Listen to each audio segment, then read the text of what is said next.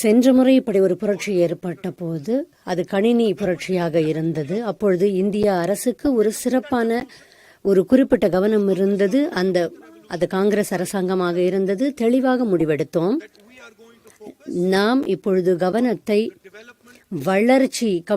கணினி வளர்ச்சியில்தான் செயல்படுத்தப் போகிறோம் என்று நாம் முடிவு செய்தோம். அதிலேயே பயணம் மேற்கொண்டோம்.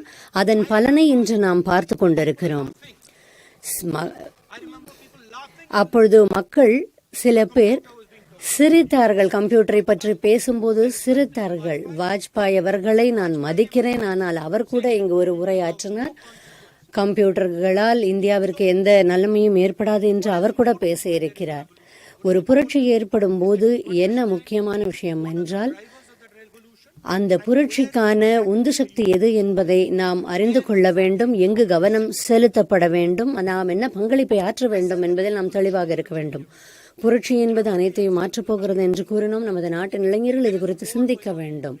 யுக்ரைனில் போர் நடந்து கொண்டிருக்கிறது.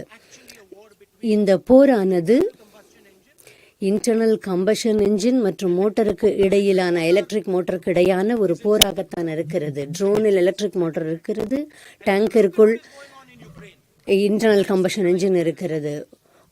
யுக்ரைனில் என்ன நடந்து கொண்டிருக்கிறது?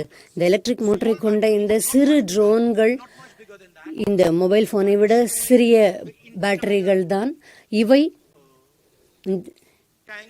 அந்த மொத்த ஆயுதங்களையும் அழித்து கொண்டிருக்கின்றது. அந்த ட்ரோன் என்பதுதான் எலக்ட்ரிக் மோட்டார் அல்லது பேட்டரி. அந்த ட்ரோன் அதில் கேமராவும் இருக்கிறது. அதே போல மின் கார்கள், அதன் பேட்டரிகள் அதுதான் கேமராவாகவும் இருக்கிறது. ரோபோட்களிலும் இதுதான் இருக்கிறது. எலக்ட்ரிக் மோட்டார்கள் இருக்கின்றன, பேட்டரிகள் இருக்கின்றன, கேமராக்கள் இருக்கின்றன. இப்படித்தான் நமது புரட்சி இருக்க போகிறது. அடிப்படையாக 4 தொழில்நுட்பங்கள் இந்த மொத்த மாற்றத்தையும் ஏற்படுத்தி கொண்டிருக்கிறது. எலக்ட்ரிக் மோட்டார்கள், பேட்டரிகள், ஆப்டிக்கல் கேமரா போன்றவை. இதற்கு மேல் செயற்கை நுண்ணறிவு. இந்த 4 தொழில்நுட்பங்கள் தான். இளைஞர்கள் இப்பொழுது செயற்கை நுண்ணறிவு பற்றி மக்கள் பேசிக் கொண்டிருக்கிறார்கள். ஆனால் இதை தானாக அது செயல்பட முடியாது.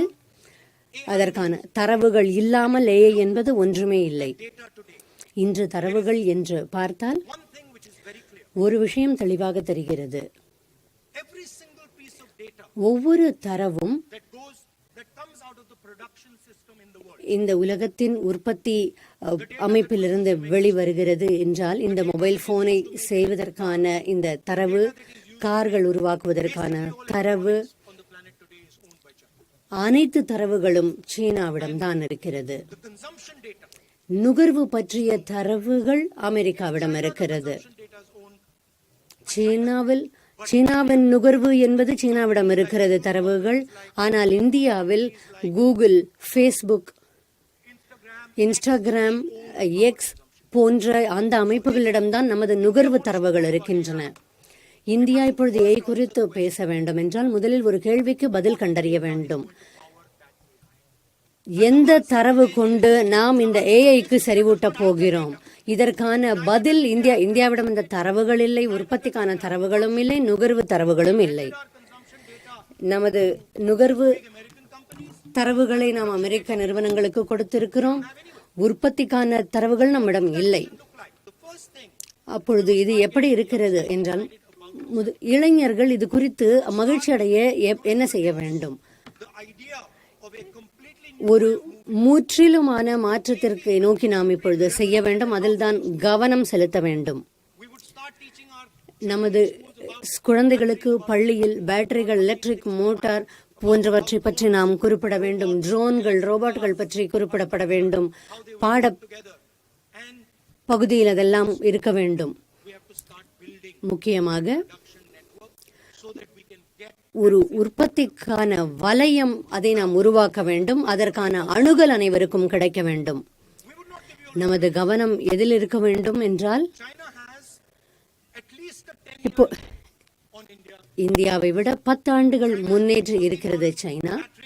பேட்டரிகள், ரோபோக்கள், மோட்டார்கள், ஆப்டிக் இந்த துறைகளில் 10 ஆண்டுகளாக செயல்பட்டு கொண்டிருக்கிறது. நாம் இப்பொழுது பின்தங்கி இருக்கிறோம். நாம் நமது குழந்தைகளுக்கு என்ன சொல்ல போகிறோம்? முக்கியமான இந்த பகுதிகள், இந்த தொழில்நுட்பத்தில் கவனம் செலுத்துங்கள் என்று நாம் அவர்களுக்கு கூற வேண்டும். அதில் அவர்களின் திறனை நாம் வளர்க்க வேண்டும். நமது வங்கி செயல்முறை என்பது 2-3 நிறுவனங்களால் தான் கட்டுப்படுத்தப்படுகின்றது. நமது உற்பத்தி அமைப்பை அது விரிவு செய்ய அனுமதிப்பதில்லை. ஆனால்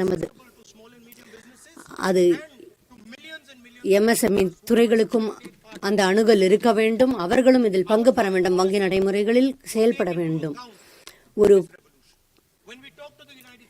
அமெரிக்காவுடன் நாம் பேசும்போது நமது வெளியுறவுத்துறை அமைச்சரை நாம் அனுப்பி நமது எங்கள் பிரதமரை நீங்கள் அழையுங்கள் என்று நாம் கூற மாட்டோம். அவர்கள் எங்களுக்கு தேவையாக இருந்தால் அவர்கள் இங்கு வந்து பிரதமரை அழைக்க வேண்டும்.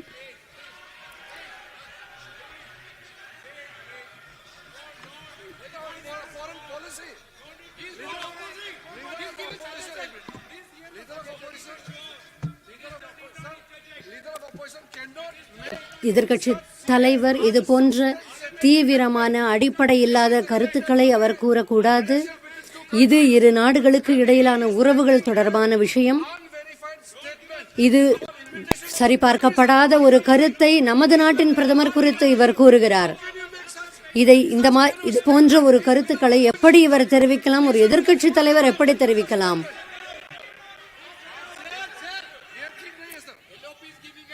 எதிர்க்கட்சி இது சரியில்லை.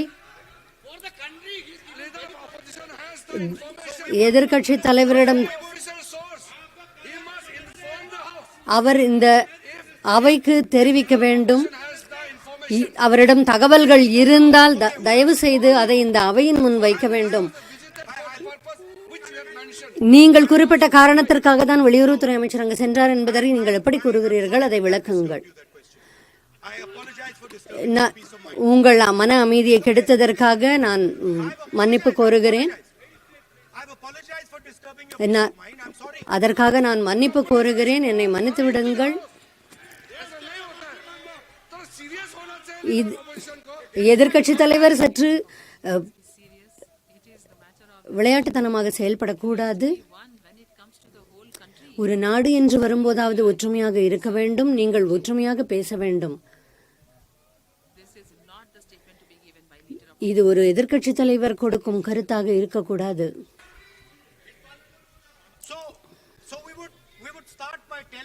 எனவே நாம் நமது இளைஞர்களுக்கு என்ன கூற வேண்டும் என்றால், அவர்கள் முன்னணியில் இருக்க வேண்டும். இந்த புரட்சி அவர்கள் முன்னெடுக்க வேண்டும் என்று நாம் அவர்கள் கூற வேண்டும்.